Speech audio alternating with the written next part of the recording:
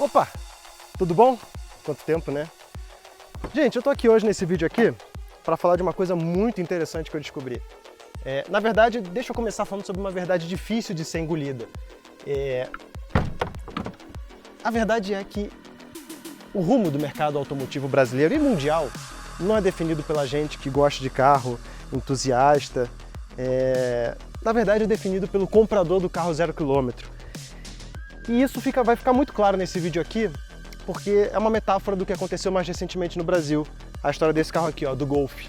Por mais que a gente esperneie, por mais que a gente que gosta de carro, que gosta de uma pegada esportiva, um carrinho mais baixinho, câmbio manual, peça para as montadoras, elas não vão atender meia dúzia de gato pingado, elas vão atender o comprador de carro zero. E é isso que a gente vem sofrendo mais ou menos desde 2015, quando os SUVs médios, os SUVs compactos também, chegaram com tudo aqui no Brasil. Enfim, o seu próximo carro, muito provavelmente, queira você ou não, vai ser um SUV.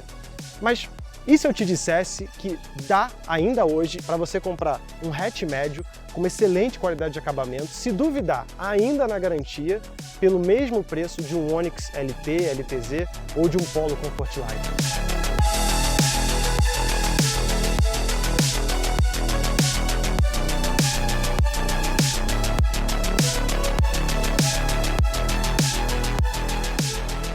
Antes que venha aí o tiozão do Zap e comece a falar que Golf 1.0 não é Golf, deixa eu deixar uma coisa bem clara que eu acabei de falar ali no comecinho do vídeo.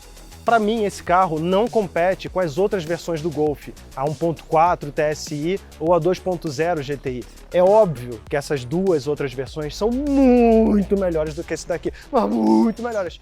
Mas a questão é que esse carro aqui é para o entusiasta que não tem todo o dinheiro do mundo e que quer comprar um carro divertido, espaçoso e com um acabamento muito bacana. Bom, deixa eu começar explicando o que eu estava procurando no carro para ter escolhido esse Golf aqui. Eu tive um ano de Up MPI, era um White Up, depois tive um ano do Up vermelhinho TSI, da geração antiga ainda, e depois eu fiquei um ano com o Up TSI, que era um Cross Up. E aí eu comecei a pesquisar um outro modelo de carro que solucionasse alguns problemas que o Up tinha para mim, que era, na verdade, espaço interno. Eu queria um carro com um porta-malas um pouquinho maior, conforto de dirigir. O Up, por ser um carro muito estreito, muito justinho, quem tem sabe que ele é um carro que saculeja muito, não é um carro muito confortável para longos trajetos dentro dele. E eu queria um carro melhor de curva e com câmbio manual. O que me sobra no mercado nacional? Onix e Polo, na faixa de preço que eu queria, que era 60 mil reais, usado. Claro, não ia comprar carro zero, vocês sabem que quem entende de carro é muito difícil de comprar carro zero, porque o custo-benefício é muito ruim. E o primeiro carro que eu me interessei foi o Onix, por ter a versão LT, LTZ com câmbio manual. Mas, gente, assim, eu entrei no grupo de Onix do Facebook, etc., e a quantidade de problema que eu vi relatado é um negócio assustador. O mais assustador, na verdade, é um problema chamado Stabilitrack, que a galera reclama muito no grupo do Onix no Facebook, que a direção elétrica simplesmente ela perde assistência por 1 ou 2 segundos. Então eu descartei o Onix, e aí eu fui pro Polo. O Polo, o problema dele, a gente sabe, é que na configuração Highline só câmbio automático. Até que eu tive a ideia, me instalou, eu falei, cara, e o Golf? Como é que tá o mercado do Golf aí? O Golf veio em várias safras pro Brasil. A gente teve o Golf alemão, a gente teve o Golf mexicano e depois, a partir de 2016, 2017, a gente teve o Golf brasileiro. E dentre, por exemplo, as versões do Golf brasileiro, a gente teve várias safrinhas dentro dessa safra. E esse daqui é uma delas, é uma das versões com o melhor custo-benefício atual do mercado e que foi um fracasso de vendas. Esse carro aqui, o ano desse carro aqui, que é 2017, nesse ano a Volkswagen vendeu 4 mil unidades de Golf. Isso não é nada, isso não é nada. Além disso, eu queria um carro de seguro barato. Esse carro aqui, antes de começar a pesquisar e entrar em contato com vendedores, eu falei com o meu corretor e a cotação do seguro desse carro aqui ficou R$400 mais caro do que o meu Up TSI. O meu Up TSI eu pagava R$1.600, franquia reduzida, e esse aqui eu tô pagando R$2.000 de seguro. Eu moro no Rio de Janeiro, tenho 32 anos, que é um preço que eu acho muito em conta para o que ele oferece. É um carro que tem um IPVA relativamente barato e é um carro com a manutenção que, apesar de ser uma manutenção chatinha, porque são os motores TSI, é uma manutenção que todo mundo conhece. Então, assim, se der um problema em alguma coisa muito bizarra, não vai ser tão caro quanto o 1.4 ou o 2.0, óbvio, o GTI. É uma manutenção que é o mesmo motor praticamente de Up TSI e o mesmo motor praticamente do Polo TSI, com a vantagem do câmbio manual. Então, assim, ele tem um conjunto mecânico de muito fácil resolução, caso você tenha algum problema, e você vai ver também ao longo do vídeo que ele oferece muita coisa maneira. Mas aí você pode falar, Ah, mas o Polo automático é muito melhor, o Onix automático é muito melhor, você não tem que passar marcha, etc, etc. Gente, eu atualmente rodo muito pouco com carro. Eu não me incomodo de passar marcha, eu gosto de passar marcha. Para mim, na verdade, isso é uma vantagem, não é uma desvantagem. Eu gosto de carro, eu gosto de dirigir. E eu até entendo que se você pega muito trânsito, mora em São Paulo, aquele trânsito na marginal, etc., para você vai ser muito melhor o câmbio automático. Então a grande vantagem para mim desse carro aqui é o que é apontado nas desvantagens por alguns entusiastas. Então, por exemplo, ele não tem farol de LED, é halógeno. Cara, você já viu o preço de um farol e de uma lanterna de LED? Uma lâmpada de xenon é R$500. O seguro, para quem tem carro com farol de xenon, a franquia para o farol de xenon é uma franquia de R$1.000. Então, o que eu estou defendendo aqui é justamente o custo-benefício. Isso aqui, cara, se der problema nessa lâmpada aqui, eu mesmo troco. Se der problema na lâmpada do farol halógeno, eu vou na Porto Seguro, que eu tenho seguro lá, e eles trocam de graça. Então, assim, é feio. Parece um Gol de frente, parece. Inclusive, quando eu fui mostrar esse carro para minha mãe, ela perguntou se era um Fox. Mas, para quem gosta de dirigir, isso não é um problema, porque pra gente o interessante é dirigir. E uma coisa interessante com esse carro aqui na traseira é que é muito difícil de você diferenciar esse carro aqui, 1.0 TSI, do 1.4. Por quê? Porque a Volkswagen queria vender Golf. Ela estava já no modo desespero, porque não estava vendendo nada, já tinha investido uma grana na fábrica para fazer esse carro aqui no Brasil. Como você diferencia esse carro aqui do 1.4? O TSI, que vem escrito Blue Motion embaixo, o S também é pintado, e duas saídas de escape. Esse aqui só tem uma. Amortecedor no capô e manta acústica. E é engraçado você ver aqui dentro como sobra espaço. No Up falta espaço para esse motor. E aqui sobra muito espaço. Olha só o tamanho da distância entre o motor e o calço que fica aqui. Gigante, né? Então aqui atrás também você até consegue ver a turbina aqui atrás, coisa que não dá para ver no Up. Então é um motor até que deve ser bom pro reparador. Nesse caso aqui é muito cofre para pouco motor. E aqui, por exemplo, ó, no Up, esse buraco aqui que aqui é inútil, é aqui por que passa o intake de ar, né? Enquanto no Golf ele vem daqui, ó, dessa caixa de ar aqui na frente do carro. Então são peças que estão no Polo e também estão no Up e também estão no Golf. Aqui desse outro lado, ó, é engraçado como a bandeja da bateria é enorme, ela vem até aqui na frente, mas a bateria só vem até aqui. Por quê? Porque nas versões 1.4 e GTI, eles têm a bateria maior, a bateria com start-stop. Então é uma bateria bem maior que vem até aqui na frente. Inclusive, para mim, essa é uma das vantagens desse carro. Ele tem a bateria menor, ele não tem start-stop, que é uma bateria bem cara, uma bateria com start-stop. A mais barata que tem por aí é R$700, uma da Moura, que a galera até substitui a original, porque a original é para mais de R$1.200. Então vamos agora aqui para dentro do Golf e, cara, para mim, né, que me acostumei com o interior do Up durante 3 anos, isso aqui é como comparar o teto da Capela Sistina com o teto do meu quarto. Porque que coisa maravilhosa, que lugar bom de estar, né? É muito bonito, muito confortável. Tem um tom de elegância muito bacana aqui dentro. A galera, né, os jornalistas automotivos na época do lançamento desse carro falavam que, cara, ele não briga com carros médios da faixa de preço dele, ele briga com Audi A3, enfim, com BMW Série 1. E realmente é um interior muito bacana, muito bonito, muito confortável. A posição de dirigir é baixinha, o banco tem regulagem de lombar, tem regulagem de altura para o passageiro também, tem regulagem de lombar para o passageiro também. Então, até aquilo que eu falei sobre Polo e sobre Onix, nessa faixa de preço, nenhum carro entrega uma qualidade de interior que nem esse carro entrega. Mais uma vez, o conjunto da obra é muito bom. Então você tem um painel aqui, ó, de porta todo macio aqui, a galera adora soft touch, então macio, um acabamento de plástico imitando aço inox, que é bem convincente, inclusive, destravamento e travamento de portas, regulagem de retrovisor com tilt down, também tem aquecimento do retrovisor, que é para não embaçar, que eu nunca usei. Tem apoio de braço aqui também em couro, esse aqui também é couro, isso aqui já é plástico, a parte de baixo da porta é plástico. O vão aqui da porta para os objetos tem um acabamento também para evitar barulho. Aqui no meio a gente tem um apoio de braço, né, que é comum dos Volkswagens, com regulagem, né, para frente, para trás, para cima. Que num carro com câmbio manual é meio inútil, porque geralmente você usa bem retraído para não atrapalhar a troca de marcha. Temos aqui o freio de mão mecânico, né, não é aquele freio de mão eletrônico dos Golfs alemães. O porta-copos aqui também tem uma posição excelente, cabe copo inclusive de 700 ml, eu já fiz o teste no drive-thru. Então cabe copo até de 700 ml, segura bem e a posição é ótima porque não atrapalha tanto a troca de marcha, ele fica mais ou menos nessa altura aqui, então você ainda consegue trocar a marcha sem que o copo atrapalhe. E são apoios de copo grandes, não é que nem o do Polo, mais uma vez, que é aquele apoio de copo que não cabe nada. Aqui a gente tem todos os botões cegos, para te lembrar que você comprou um carro de versão de entrada e não a versão mais cara. O único botão que não é cego aqui perto da alavanca de câmbio é o sensor de estacionamento. Câmbio manual de 6 marchas, que é maravilhoso. Pode ir na fé no câmbio manual, ainda mais se for um Volkswagen, porque realmente é referência de mercado. Ar-condicionado manual. Agora, ele é manual, mas ele não é. Por que eu digo isso? Ele tem a regulagem aqui manual, mas você não sente aquela travada de botão que nem um ar-condicionado manual. Então, por exemplo, ele tem aqui 6 velocidades e se eu aumento, por exemplo, de uma vez, não é instantâneo, você percebe que tem alguma coisa eletrônica regulando ele. A mesma coisa aqui na posição, né? Você não sente que você está virando uma coisa mecânica lá dentro, sabe? Que nem nos ar-condicionados mecânicos. Você não sente que está virando uma rodinha que vira um cabo de aço que aí vira as coisas lá dentro. Ele é meio que eletrônico, eu não sei dizer. Em todo caso, ele não é dual zone, ele não é que nem o Highline, ele perde algumas funcionalidades, essa é a versão de entrada. Então ele é um ar-condicionado digitalizado.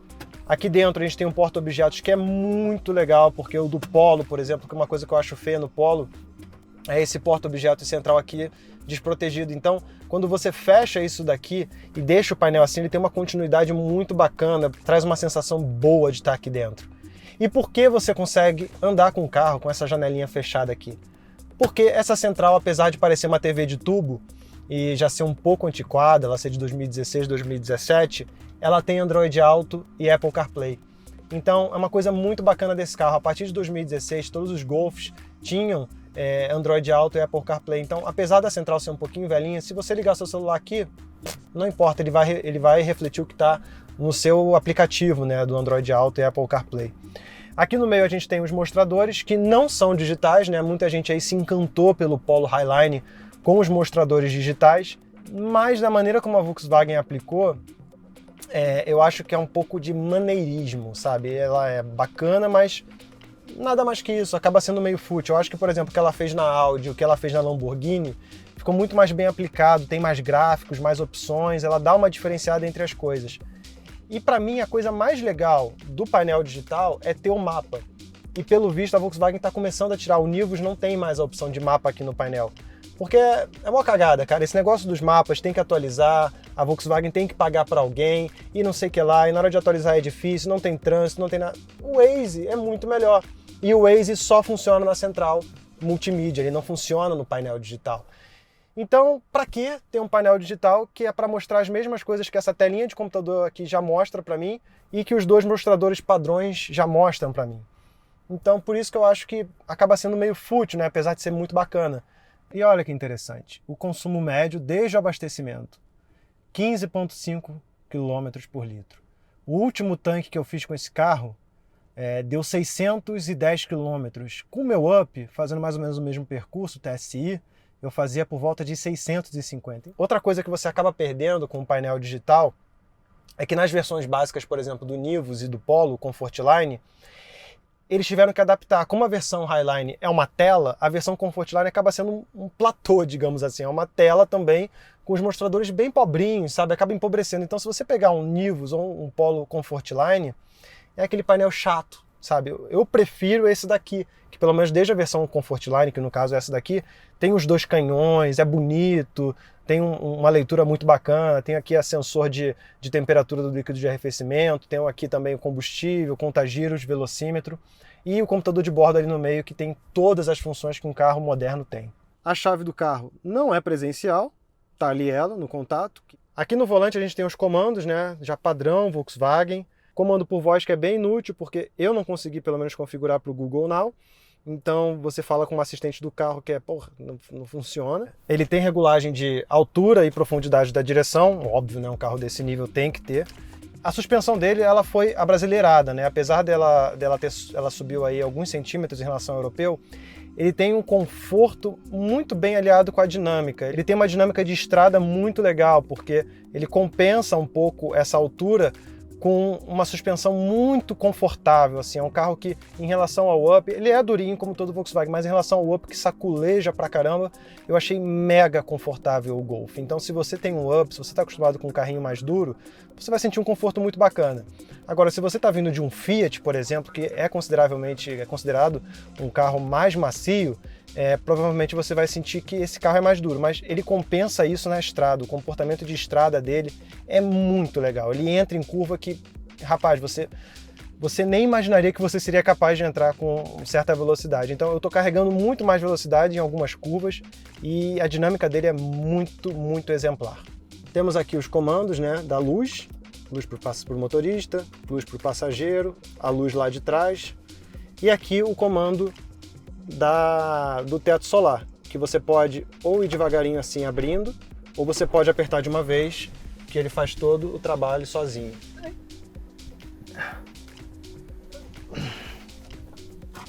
Nossa, eu demorei muito para fazer essa cena aqui, calma aí.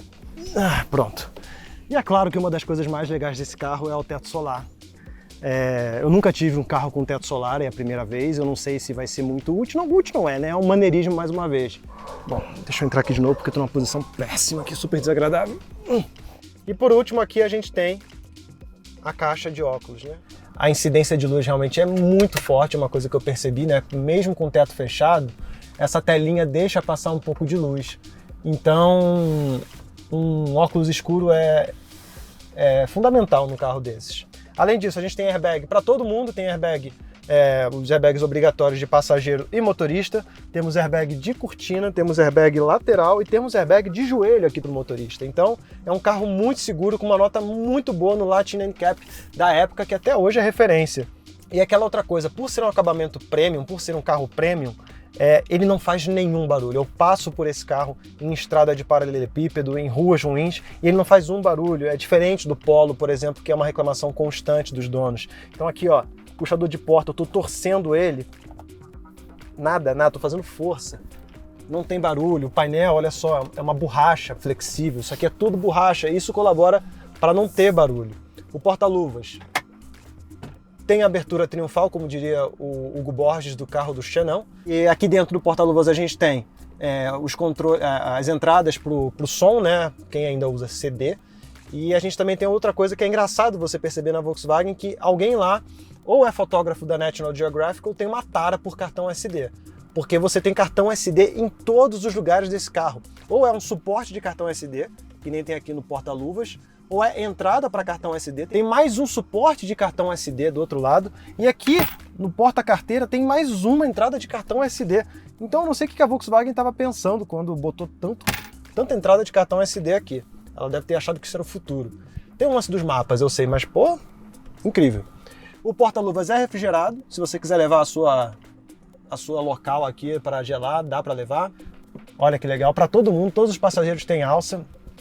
Temos aqui luzinha, né? O retrovisor, o espelho com luzinha automática, quando você abre, muito legal também. Aqui do lado temos o controle do farol, que também tem regulagem, né? Para quando você está com o carro muito carregado, você pode diminuir aqui a altura do farol para não cegar quem vem do lado contrário. Eu aposto que ninguém deve usar isso. Temos aqui também o farol automático com DRL. Esse carro, apesar de ser uma versão Comfortline de lâmpadas halógenas, ele tem DRL. Então mesmo que você esteja com o farol desligado, vai ficar lá uma luzinha halógena acesa. E também temos o controle do farol de neblina e lanterna de neblina. Esse carro tem os dois, tá? Por último, o que eu quero falar aqui, ele tem... Perdi. Ele tem acendedor de cigarro. Enfim, eu perdi, mas ele tem aqui o acendedor de cigarro. E ele tem o freio de mão aqui. Olha só que legal, cara. Como esse carro foi bem tratado. O Wagner, que é o antigo proprietário desse carro, tratou ele a pão de ló.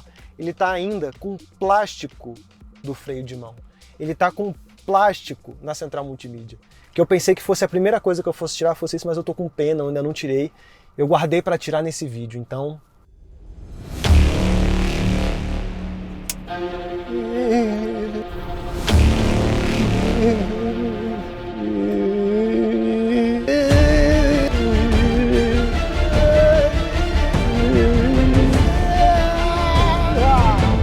Não. Talvez o freio de mão vai ser mais fácil.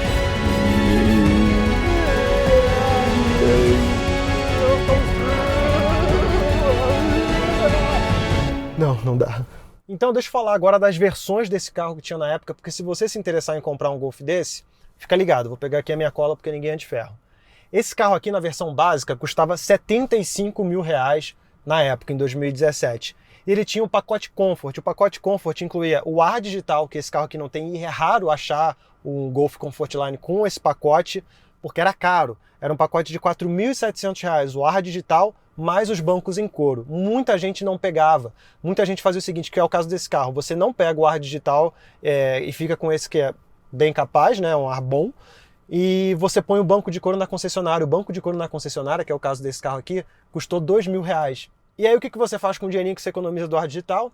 Soma mais um pouquinho, põe o banco de couro na concessionária, pega mais R$2.000, R$3.000 e põe o quê? Teto solar. Ele também tinha um pacote Elegance, que custava R$3.296, que era o volante multifuncional, esse daqui revestido em couro, com controle de velocidade cruzeiro, e a roda de aro 17, com pneu 225, 45, raio 17, sensor de chuva e sensor crepuscular. Ou seja, esse pacote era essencial, porque ele oferece muita coisa por muito pouco. É aquela velha venda casada da Volkswagen. Eu não sei o que tem a ver a roda de aro 17 com o volante multifuncional.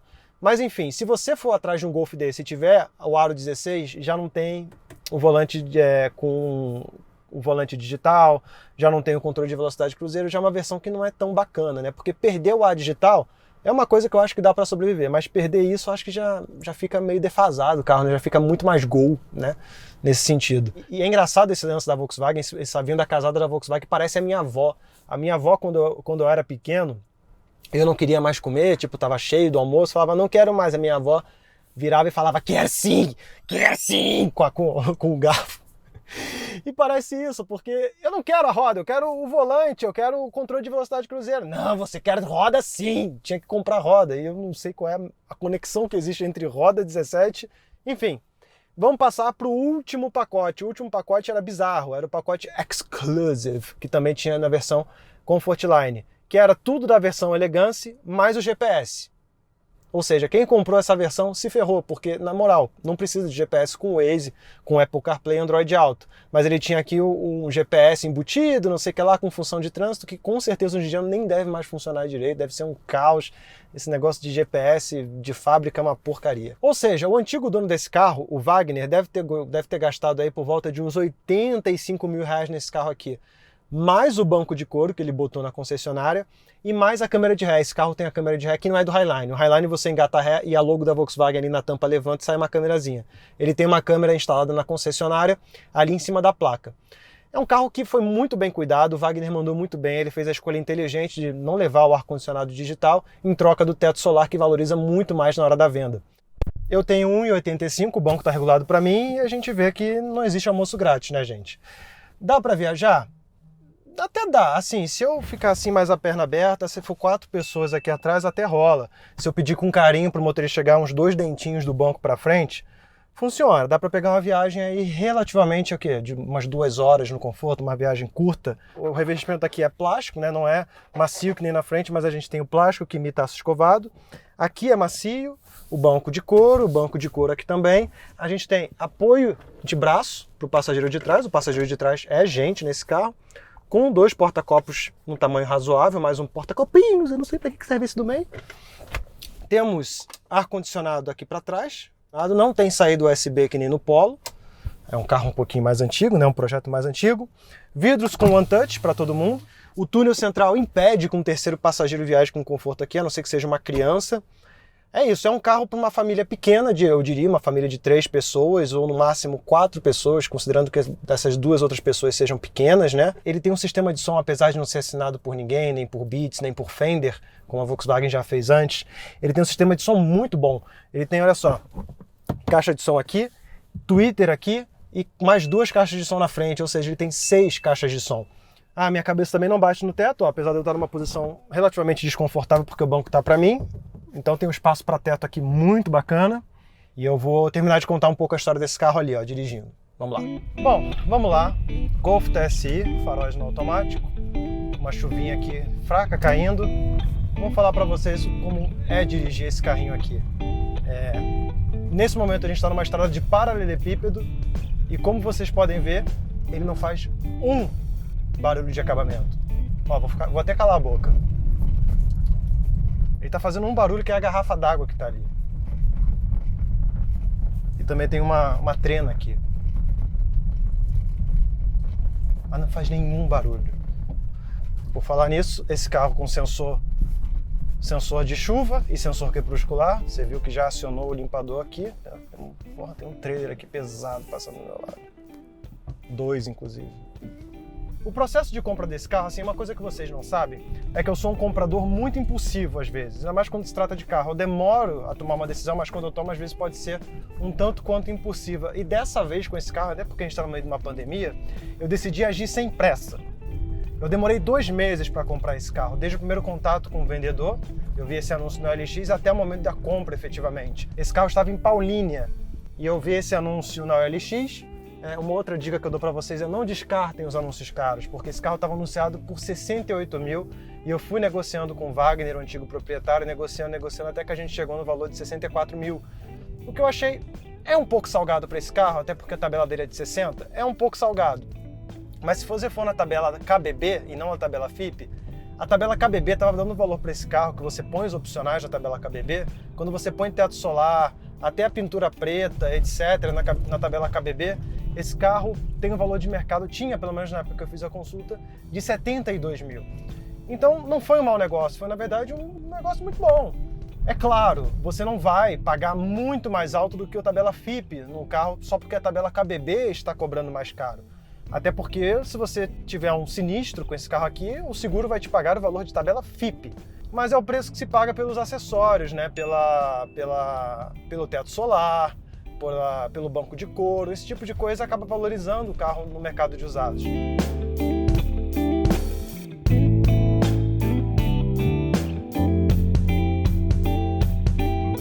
Então assim, eu comprei esse carro de um vendedor particular, o que é uma excelente pedida quando você quer fechar negócios mais baratos do que uma concessionária. O que eu fiz? Entrei na internet e pesquisei alguém que fizesse vistoria preventiva na cidade onde ele estava, em Paulínia. Não achei em Paulínia, mas eu achei em Sumaré, uma cidade que fica a 5 km de Paulínia, 10 km, e contratei. Inclusive uma vistoria bem bacana, super recomendo. A galera da Ômega, não fizemos nenhuma parceria, não estou ganhando nada para isso, mas Gustavo mandou muito bem, ele fez uma vistoria preventiva, me deu um documento com todos os itens, ele aprovou com louvor esse carro. Ele não só aprovou com louvor esse carro, como falou que se eu não comprasse, ele compraria. Então, faça uma vistoria preventiva, ainda mais quando você estiver longe. Quando você estiver perto, faça, mas quando estiver longe, então, imagina, chegar lá e o carro não é aquilo que eu esperava, um monte de problema. Na verdade, esse carro só tem um problema que o Gustavo reparou, que é... ele tem um mosquito dentro da lanterna. E ninguém sabe dizer como isso aconteceu. O Wagner também me disse que esse carro não trocou lanterna, que ele não sofreu acidente com lanterna e vai ficar para sempre lá. Enfim, vai ser um mosquito que vai acompanhar esse carro até o fim da vida dele. A 6ª marcha nesse carro aqui não é overdrive. Por que não é overdrive? Ele não só aceita, como o computador de bordo aqui, ele pede para passar na cidade para a 6ª marcha. Na verdade, esse computador de bordo é bem chatinho para a economia de combustível. Ele está querendo sempre economizar combustível e sempre sugerindo logo que você passe a marcha. Então, passou de 1.300 giros, ele está aceitando marcha. Então, na cidade, a 60, entre 60 e 70 por hora, eu já consigo engatar a 6ª marcha. Claro, se eu reduzir a velocidade para uns 50 e quiser fazer uma retomada, ele não vai aceitar, vou ter que reduzir para 5ª. Estou a 70, 6ª marcha, tudo bem, é uma descidinha, mas estamos indo tranquilo. E esse carro é muito econômico, como eu mostrei agora há pouco para vocês. E aí uma galera pode falar, quer ter Golf e quer economizar combustível, não sei o que. Eu quero ter um Golf, quero economizar combustível. Sabe, não faz sentido, pra mim não faz sentido ficar gastando, eu odeio gastar dinheiro com combustível, gente. E na boa, cara, eu não sei da sua cidade, mas eu sou carioca. No Rio de Janeiro, a gasolina custa, tá batendo 4,80, a gasolina comum. Mas põe etanol, não é que nem São Paulo. São Paulo o etanol é ridiculamente barato. No Rio de Janeiro, o etanol segue aquela proporção da gasolina. Então, no Rio de Janeiro, o etanol não faz sentido, porque você abastece com etanol e ele é 30% mais barato que a gasolina, mas o carro consome 30% mais ou menos, né? Uma média.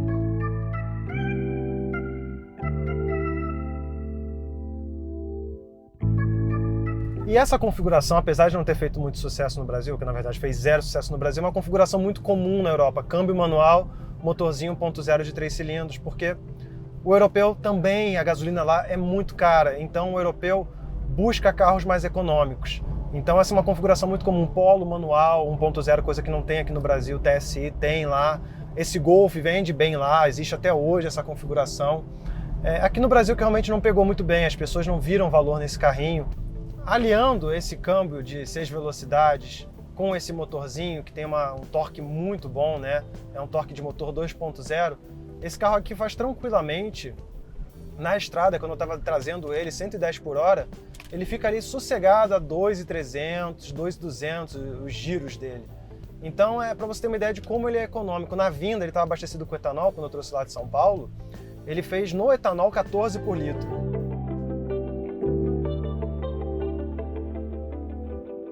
Olha ele me dando bronca, esse computador de bordo é bem chatinho, me dando bronca para passar marcha. Eu peguei os números da 4 rodas e comparei os testes das 4 rodas com gasolina, e esse carro é mais rápido do que o Onix. Esse carro só perde para o Polo, porque o Polo tem uma caixa que conversa bem, aquela caixa automática da Aisin melhorou muito, né? A conversa do câmbio do Polo com o motor. Mas esse carro, por exemplo, é mais rápido que o Up TSI em todas as medições da 4 rodas. E cara, você pode até falar, mas a 4 rodas eu vi outro vídeo comparando o Up TSI com esse Golf. Cara, 4 rodas não é uma revista nova, sabe? Não tem nenhum moleque lá, os caras fazem teste desde 1900 e lá vai bolinha. Não tem como você errar se você quiser esse carro. É claro, desde que você não se incomode em passar as marchas. Ainda mais com teto solar, com essa qualidade de acabamento incrível. Temos Android Auto, Apple CarPlay. Olha isso. Segunda marcha, terceira. Ui, quebra a mola.